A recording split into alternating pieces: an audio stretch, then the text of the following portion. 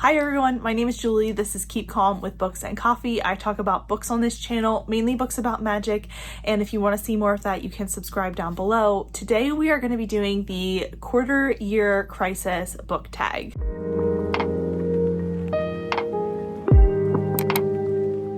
Hello everyone. So I wanted to do some kind of quarter year check-in on my goals, but since I've been going over the bingo boards and such on each of my wrap-ups so far this year, I thought I would do this tag instead.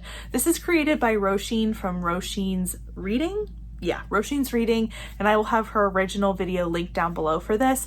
I have seen this in years past, but I don't believe I've ever done it, so I'm excited to try it out this time. There's a handful of questions, and it's just meant to go over your reading so far and how things are going, much like the mid-year crisis tag and the end of year reading tag that we all do, and I'm excited to check in with this one. So the first question is, how many books have you read so far this year? And for me, I have read 29. This includes 6 books that I have DNF'd so far this year, and I have many that I am currently reading, but so far 29. And according to Storygraph at the time of filming, that means I'm about 3 books ahead on my reading goal for the year, so I'm actually really happy with that and kind of happy with the pace that I've been setting. Question number 2. Have you already found a book you think might be a 2025 favorite? If not, what was your favorite book that you read that wasn't quite a 5-star? So I have 2 that I think will probably make it into my top books of the year. One I can tell you about, and one is still a secret. So the first is You Should Be So Lucky by Cat Sebastian, and I loved this book. It's a baseball romance, historically set. It's wonderful, it's lovely. I've talked about it a lot. I just absolutely adored this book and tore through it. It came to me at the right time. Just had a great time with it. And the other, like I said, is a secret book that I will tell you about soon, but just not before this video comes out. Next up is any 1-star books or least favorite books of the year. And for this question, I honestly don't know what to name because I haven't rated anything lower than a 3-star yet.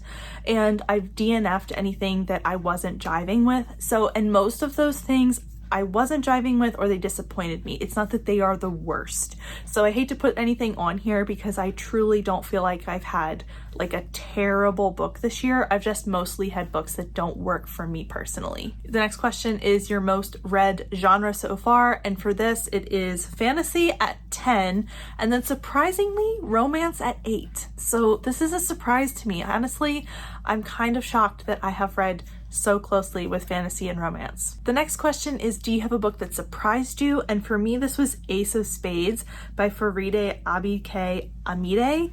And that's because this was a YA like thriller, and I truly didn't think this was going to capture my attention or be as like wild as it ended up being. I couldn't put this book down. I sped through like the second half so quickly, was absolutely captured by it, and I did have my critiques of it, but I ended up just being so surprised by it, how quickly it grabbed me, how like efficiently I read it, because I think it's over 400 pages. And yeah, this book just really surprised me overall. Like there isn't really any specific thing that didn't surprise me about this book. Then we have the question of book that's come out in 2025 that you want to read but haven't yet.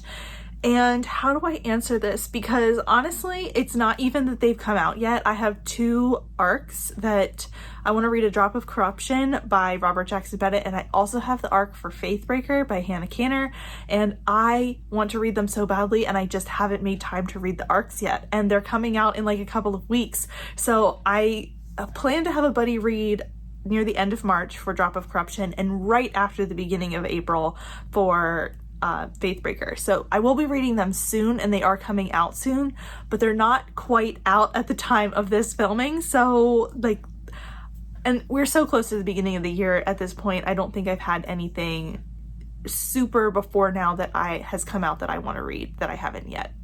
I can't think of anything. So they're the ones. They're it. They're the big ones. What is one goal that I've made that I am succeeding at? And honestly, that's the like reorganization of my bookshelves. I have 3 bookshelves across my room that aren't part of this big bookshelf, and I wanted to reorganize them and clean them up this year, and I've done one already, and since the goal is to do 3 over the course of the year, I'm just glad I've done that.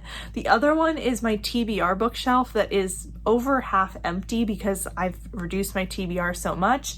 And then the third one is going to be one to tackle. I haven't even touched that yet, but I've like slowly been cleaning and organizing parts of that second bookshelf. I'm not quite done yet, but I'm just really happy that's like working out better than I thought it would. I thought I would forget about that goal, and I'm actually just like not continuously, but slowly working on it over time. And then on the reverse side, what's one goal that you need to focus on? And honestly, like, because it's my biggest goal of the year and my biggest focus of the year, I want to focus on it more, and it's my physical TBR.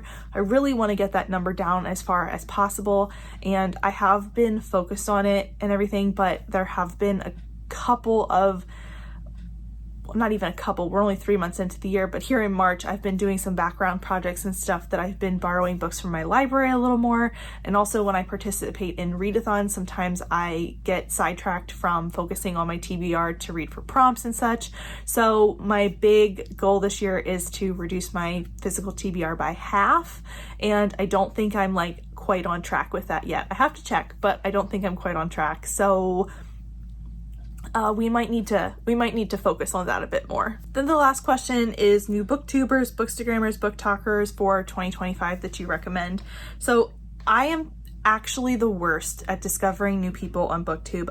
It is hard, but I'm actually the worst at it. I have 3 channels to name quickly for this that I have really grown to enjoy over the past few months. The first is Chloe Read Books. I subscribed to Chloe around the beginning of the year because her vlogs had me really intrigued, and I was really interested in those, and I've been having a great time watching those. They're so comforting. I have them on in the background a lot, and I don't think we read the same things, but her vlogs are just really great. And then also Deb from DG_reads. Again, I don't think we read quite the same things, and I have seen Deb floating around in sprints and stuff for so long, and I just didn't realize she had a channel, so I finally found out and I checked it out, and it's fantastic. I love her dog. She did this really fun video lately. I don't know how recent it is because I'm always behind on BookTube, but it was called Arc Attack, where she just tackled a bunch of arcs, and I thought that was just such a clever way to like tackle arcs and do a video, so that was really fun. And then I also have Jessica's library card, who I found just this week, and I watched her 2024 like favorite books, and the two of us overlap in so many areas, and I was amazed how many of the books on her list were favorites of mine. So I wanted to subscribe to her to see what else she has, because like what she didn't have on her, what I had not read that she had read, I put on my TBR if it wasn't there already, because I was like, obviously we overlap in a lot of places. So all 3 of them will be linked down below if you want to check them out. They're all fantastic, and I've had a really fun time like enjoying their content this year. But that is it for the tag. That's the quarter year life crisis tag, whatever this is called.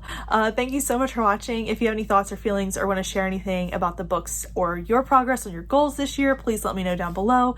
If you aren't feeling chatty and you just want to leave me an emoji, go ahead and leave me a let's do a shark emoji, since I mentioned that video about the shark and I keep wanting to call it Shark Attack video.